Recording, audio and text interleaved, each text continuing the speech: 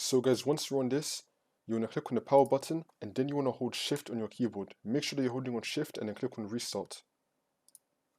Now as the computer is restarting, keep on holding on shift. Now once you're on this, you want to click on troubleshoot and then click on advanced options and then click on startup settings and then click on restart.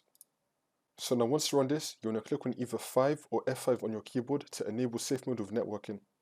Now it should let you log into safe mode. If it does not let you log into safe mode, just skip to the timestamp which I want to show you, and I'm going to show you a different solution. But if you can log into safe mode, then you want to head over to search and then type in device manager. Click on it.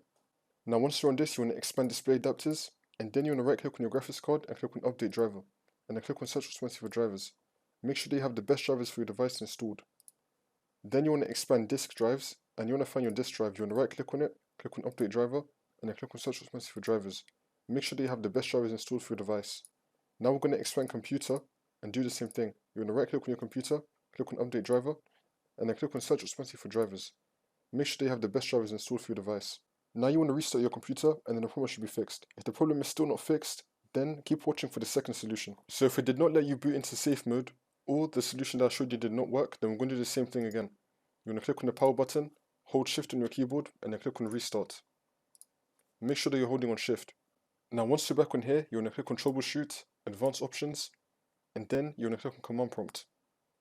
Now once you're in here, you want to type in sfc /scan now and then click on enter. Then you want to run the scan. Now once the scan has been done, you want to close this out and then go back into Windows, see if this fixes your problem. Now if the problem is still not fixed, you want to head back into the screen like I showed you how to do previously.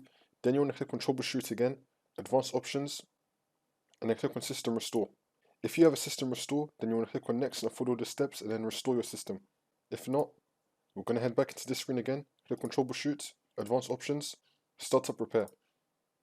And then we're going to run this, see if it fixes your problem.